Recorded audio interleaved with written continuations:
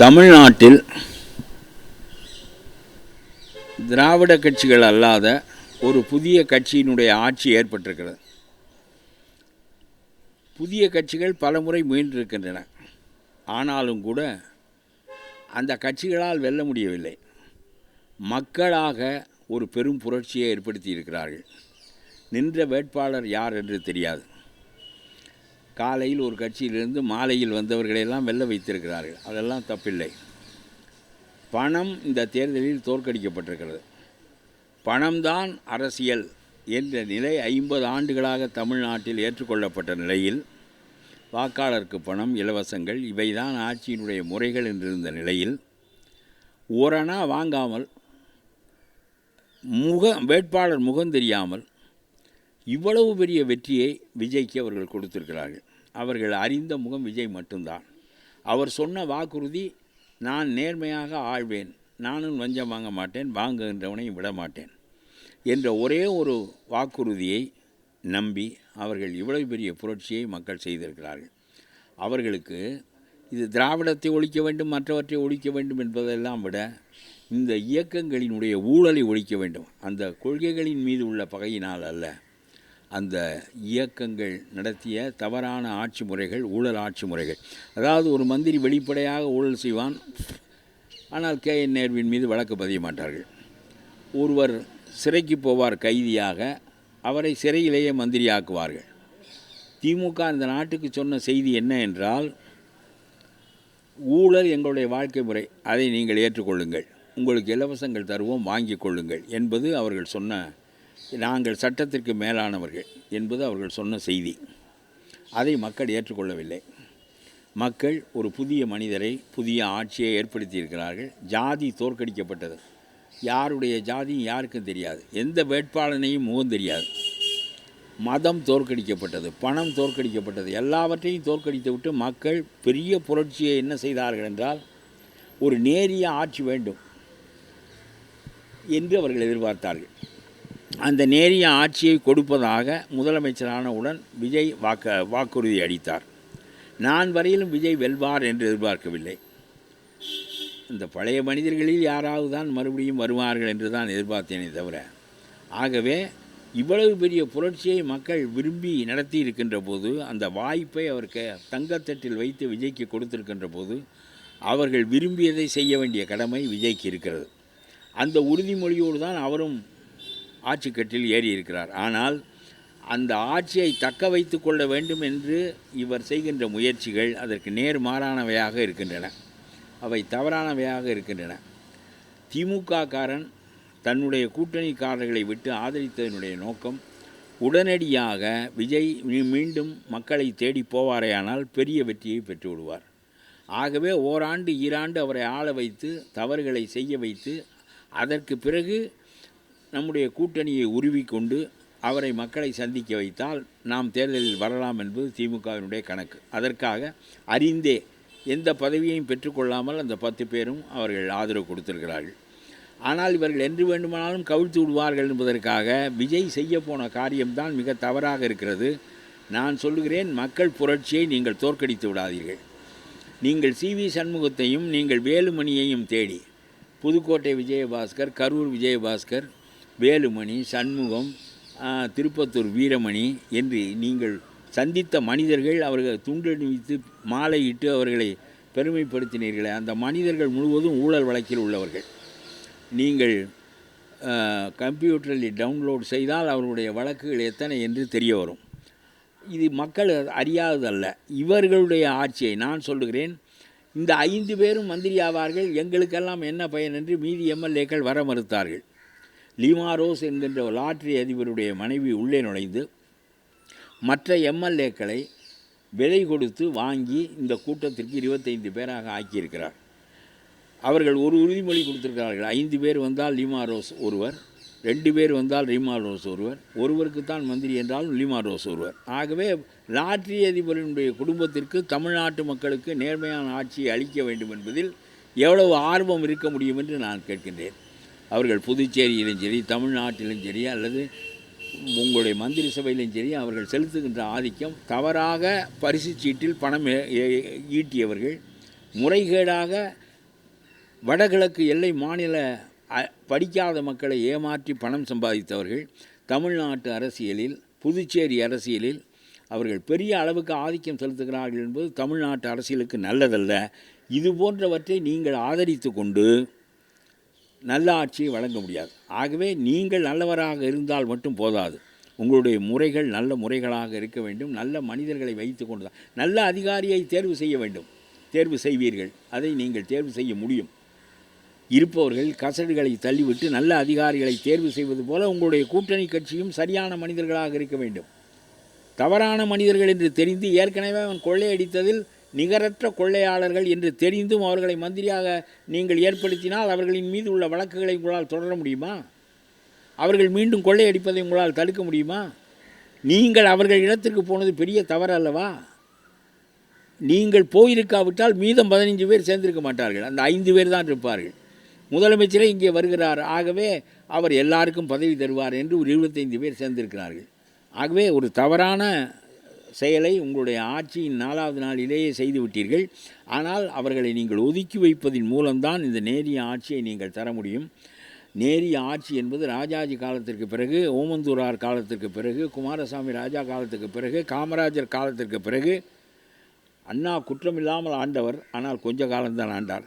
பிறகு இந்த நாட்டு மக்கள் அறியவில்லை. இவ்வளவு பெரிய புரட்சியை மக்கள் செய்து நேரிய ஆட்சி வேண்டும் என்று சொல்லுகின்ற போது அந்த ஆட்சியை வழங்குவதற்கு நேர்மாறான முறையில் நீங்கள் தவறான மனிதர்களை அணைத்து கொண்டு அவர்களுடைய பின்புலத்தில் நீங்கள் நல்ல ஆட்சியை கொடுக்க முடியாது. ஆகவே நான் சொல்லுகிறேன், கவர்னர் வரையிலும் இத்தகைய மனிதர்களுக்கு பதவி பிரமாணம் செய்து வைக்க மறுக்க வேண்டும். அவன் கோர்ட்டுக்கு போகட்டும். யாராக இருந்தாலும் முதல் மந்திரி சொல்லுகிற மனிதர்களுக்கு பதவி பிரமாணம் செய்ய வேண்டும் என்று அவன் கோர்ட்டுக்கு போகட்டும்.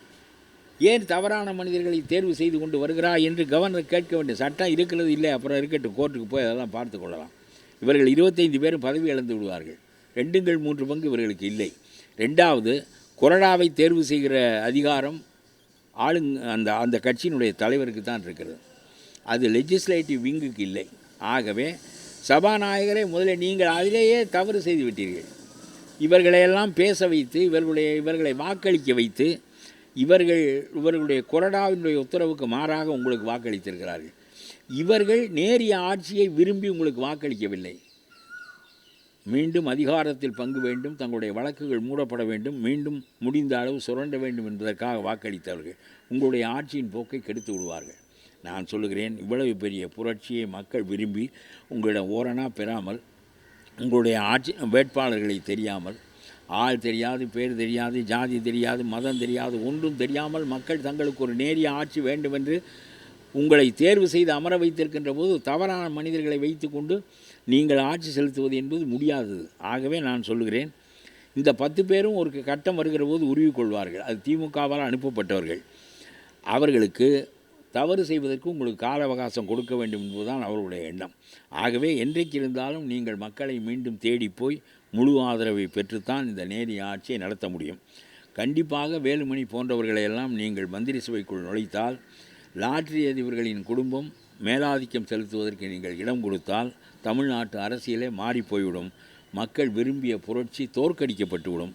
ஆகவே நீங்கள் உங்களுடைய சாமர்த்தியத்தால், உங்களுடைய புகழால் பெற்ற ஆட்சி என்பதை விட ஒரு வலுவான கட்டமைப்பு 234 இடங்களிலும் இருக்கும் என்றால் அந்த ஆட்சி எங்களுக்கு போதுமானது, மாற்றத்தை செய்து பார்க்கிறோம் என்று மக்கள் தான் இந்த புரட்சியை செய்தார்கள்.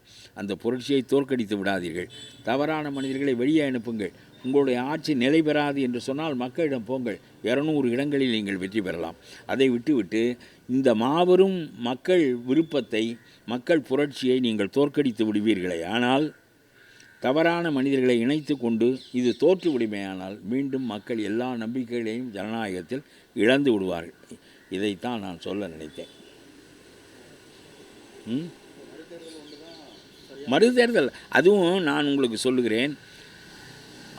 அதாவது நிலை பெற்றுவிட்ட கட்சி இப்பொழுது விஜய், அவர் பெரும்பான்மையை பெற்றுவிட்டார். சாதாரணமாக அவர் பெரும்பான்மையை பெற முடியாமல் கவர்னர் ஆட்சி வர வேண்டும் என்றால் கவர்னர் அதை காலம் தாழ்த்தி முடிவு செய்யலாம். ஆனால் பெரும்பான்மை பெற்றுவிட்ட ஒரு ஆட்சி தன்னுடைய ஆட்சியை கலைத்து கொண்டு நான் மக்களிடம் போகிறேன், என்னால் தவறான மனிதர்களை வைத்து கொண்டு ஆள முடியாது என்று சொல்லி கவர்னரிடம் சொல்வாரே ஆனால் உடனடியாக தேர்தல் வைக்க வேண்டிய கட்டாயம் அவர்களுக்கு ஏற்படும்.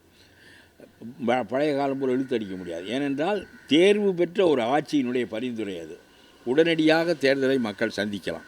நீங்கள் பெரும்பான்மையை தாருங்கள், நான் நேரிய ஆட்சியை நடத்தி காட்டுகிறேன் என்று சொல்லுங்கள். இன்னும் தகுதி வாய்ந்த சிறந்த வேட்பாளர்களை போடுங்கள். எங்களை போன்றவர்கள் கூட அதை அறிய முடியவில்லை. ஒரு இவ்வளவு பெரிய புரட்சியை மக்கள் செய்யப் போகிறார்கள் என்று அந்த புரட்சி வீணாக போக்கடித்து விடப்படக்கூடாது என்பதனால் அந்த அக்கறையினால் நான் உங்களுக்கு சொல்லுகின்றேன். இந்த அரசியல்கள் முடியட்டும். தமிழ்நாடு ஒரு பெரிய மாற்றத்துக்குள் நுழையட்டும். ரெண்டாவது உங்களுக்கு சொல்லுகிறேன், திராவிட கட்சிகள் சிறந்த கொள்கைகளை அடிப்படையாக வைத்துக்கொண்டு ஆட்சிக்கு வந்தன. தமிழ், இந்தி எதிர்ப்பு என்று பலவற்றை. ஆனால் கடைசியில் என்ன ஆனார்கள் என்றால், ஊழல்தான் ஆட்சியினுடைய ஒரே முடிவு என்று அவர்கள் வந்தார்கள். ஆகவே தமிழுக்காக நெல்லுங்கள், இந்தியை எதிர்த்து நிற்பதில் முனைப்பாக இருங்கள். பாராளுமன்ற இடங்களை குறைப்பதற்காக அவர்கள் முயல்வார்களே, ஆனால் தமிழ்நாட்டினுடைய நலனை பெற்றுக் கொடுப்பதற்கு நீங்கள் நேரே எதிர்கொள்ள வேண்டிய நிலையெல்லாம் இருக்கும். திராவிட கட்சிகள் ஊழலானவை என்பது வேறு. ஆனால் அதனுடைய அடிப்படை கொள்கைகள் தமிழ் மண்ணை தனி தன்மையுடையதாக உருவாக்கியிருக்கிறது. அவற்றில் தேவையானதையெல்லாம் நீங்கள் எடுத்துக்கொண்டு அந்த ஆட்சி பலத்தோடு நீங்கள் நிற்பீர்களே, ஆனால் மக்கள் புரட்சி வெல்லும். உங்களால் இந்த நேரிய ஆட்சியை ஒரு மனிதன் போலீஸ் ஸ்டேஷனுக்கு போய் தன்னுடைய குறைபாட்டை மனுவாக அளித்து அதற்குரிய பரிகாரத்தை 10 நாளில் பெற வேண்டும். அதற்கு எம்எல்ஏ தயவக்கூடாது. ஒரு தாசில்தார் அலுவலகத்துக்கு செல்லுகின்ற விதவை பெண் தன்னுடைய ஓய்வூதியத்தை பெறுவதற்கு எம்எல்ஏனுடைய தயவை நாடக்கூடாது. எந்த குவாரிகளையும் எம்எல்ஏக்கள் தேடக்கூடாது. வனங்களை அழிக்கக்கூடாது, ஆற்று மணலை சுரண்டக்கூடாது, மலைகளை தகர்க்கக்கூடாது என்பது போல ஒரு ஆட்சி இந்த மண்ணிலே உங்களால் நிலைநாட்டப்படுமேயானால் நீங்கள் 25 ஆண்டுகளுக்கு நாடாள முடியும். இல்லாவிட்டால் வேலுமணியையும் மற்றவர்களையும் வைத்து கொண்டு புதிய குவாரிகளை உருவாக்கி கொண்டு இந்த ஆட்சி வீணாக போய்விடும். மக்கள் புரட்சி தோற்றுவிடும் என்பதனால் அந்த அக்கறையோடு நான் சொல்லுகிறேன். உங்களுடைய ஆட்சி வீழ்த்தப்பட வேண்டும் என்பதற்காக சொல்லவில்லை. நீங்கள் கொண்ட கொள்கை வெல்ல வேண்டுமானால் தவறான மனிதர்களை துணைக்கு வைத்து கொள்ளாதீர்கள். தவறான மனிதர்களை வைத்து கொண்டு சரியான செயலை செய்ய முடியாது.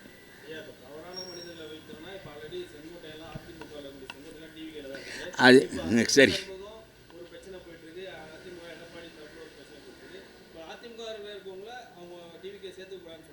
இல்லை, அதிமுக என்று நான் சொல்லவில்லை. ஊழல் குற்றம் சாட்டப்பட்ட ஒரு 7-8 பேர் இருக்கிறார்கள். அவர்களை நீங்கள் சேர்த்து கொள்ளாதீர்கள். யாரை வேண்டுமானாலும் சேர்த்து கொள்ளுங்கள், அவர்களை சேர்த்து கொள்ளாதீர்கள். உங்களுடைய கட்சியில் தவறான மனிதர்கள் இருப்பார்கள், அவர்கள் உங்களுடைய கட்டுக்குள் இருப்பார்கள். இல்லாவிட்டால் அவர்களை தூக்கி எறிய உங்களால் முடியும். ஆனால் மாற்றுக் கட்சியிலிருந்து உங்களுக்கு ஆதரவு கொடுக்கின்றவர்களை தூக்கி எறிய உங்களால் முடியாது. நீங்கள் தெரிந்தே தான் அவர்களை மந்திரிகளாக்குகிறீர்கள். ஆகவே அவர்கள் உள்ளே உட்கார்ந்தவுடன் அவர்களுடைய வழக்குகளெல்லாம் அழுத்தப்படும். முதலில் தவறு செய்த மனிதர்கள், அவர்களுடைய வழக்குகளெல்லாம் திமுக ஆட்சியிலேயே பணம் கொடுத்து அமுக்கி வைத்தவர்கள் அவர்கள். உங்களுடைய கட்சியில் மந்திரியாக இருக்கிற போது அந்த வழக்குகளை திறக்க விட மாட்டார்கள். திறந்தால் உங்களுக்கு ஆதரவு தர மாட்டார்கள். ஆகவே தவறான மனிதர்களை தண்டிக்க முடியாத ஆட்சி என்ன ஆட்சி? அவர்களை மந்திரியாக வைத்து கொண்டு தடுமாறுகிற ஆட்சி என்ன ஆட்சி? ஆகவே இவர்களை சேர்க்காதீர்கள். ஊழல் இல்லாத மனிதன் ஆதரவு கொடுத்தால் சேர்த்து கொள்ளுங்கள். ஊழல் உள்ள மனிதனை வைத்து கொண்டு நீங்கள் ஊழலற்ற ஆட்சியை வழங்க முடியாது. இதுதான் என்னுடைய கருத்தை தவிர அதிமுக திமுக என்றெல்லாம் இல்லை.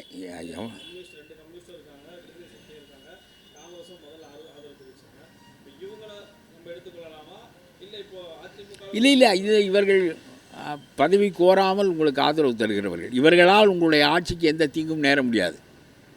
இவர்கள் பதவியில் உட்கார்ந்து கொள்வார்கள்.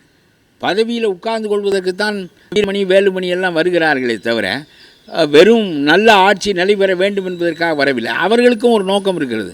நீ பலவீனப்படுகின்ற காலம் வரையிலும் உன்னை ஆட்சியில் இருக்க வைத்து, நீ பலவீனப்பட்டவுடன் உன்னை வெளிப்படுத்தி உன்னால் இயலாது என்று காட்டி மீண்டும் தாங்கள் ஆட்சிக்கு வர வேண்டும் என்பது அவர்களுடைய எண்ணம்.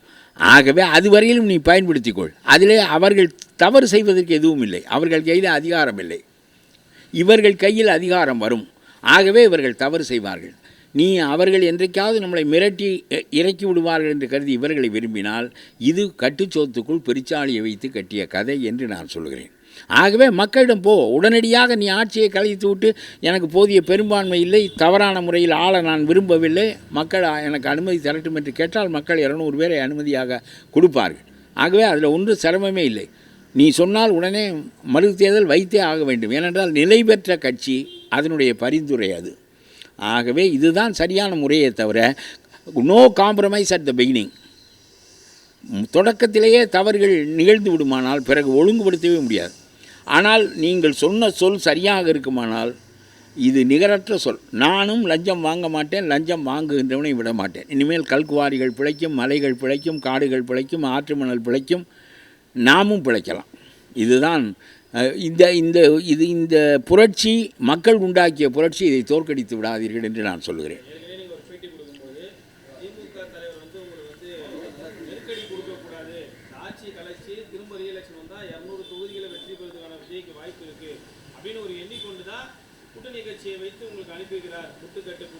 இல்லை, அது உண்மைதான். அதை பயன்படுத்திங்க. இப்போ நான் என்ன சொல்கிறேன்னா, இந்த 10 பேரால் உங்களுக்கு தீங்கு வராது.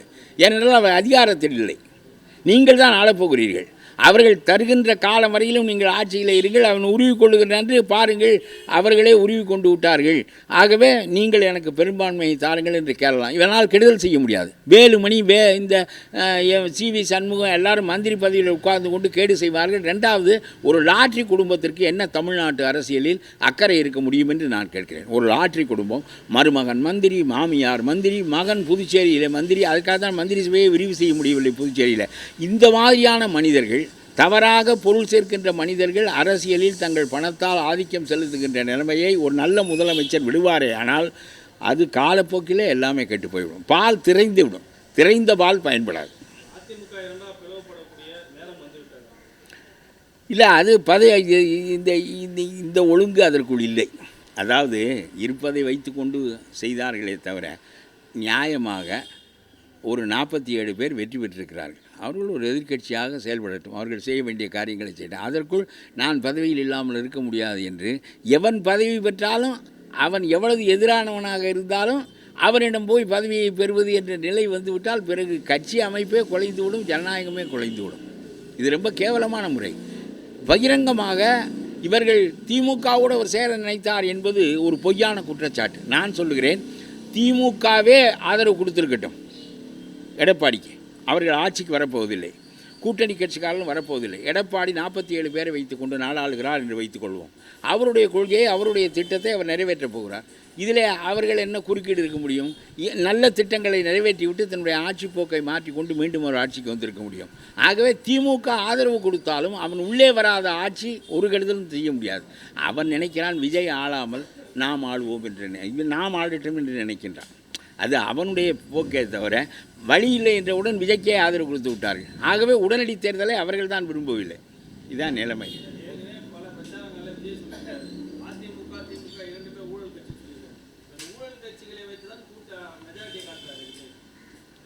அது சரி. அதாவது திமுகவுக்கும் அதிமுகவுக்கும் வேறுபாடு உண்டு. பொறுக்க முடியாத ஊழல் கொஞ்சம், பொறுத்து கொள்ள ரெண்டு கொஞ்சம் மிதவாதிகள் தீவிரவாதிகளுக்குள்ள வேறுபாடுகள் உண்டு. அது ஒரு பக்கம் இருக்கட்டும். ஆனால் ஒரு கட்சியினால் தேர்ந்தெடுக்கப்பட்டு வருகின்ற ஒருவர் இப்படியெல்லாம் போய் பதவிக்கு ஆயாரம் கயாரம் பாலிடிக்ஸை தமிழ்நாட்டுக்கு கொண்டு வருகிறார்கள். காலையில் வந்து விட்டேன் என்பார், மாலையில் போய்விட்டேன் என்பார், மறுநாள் வந்து விட்டேன் என்பார். இந்த அரசியல் தான் இங்கே நடந்தது. 32 பேர் இல்லாமல் உங்களுடைய கூட்டம் நிற்காது. நீங்கள் நிச்சயமாக பதவியை இழப்பீர்கள்.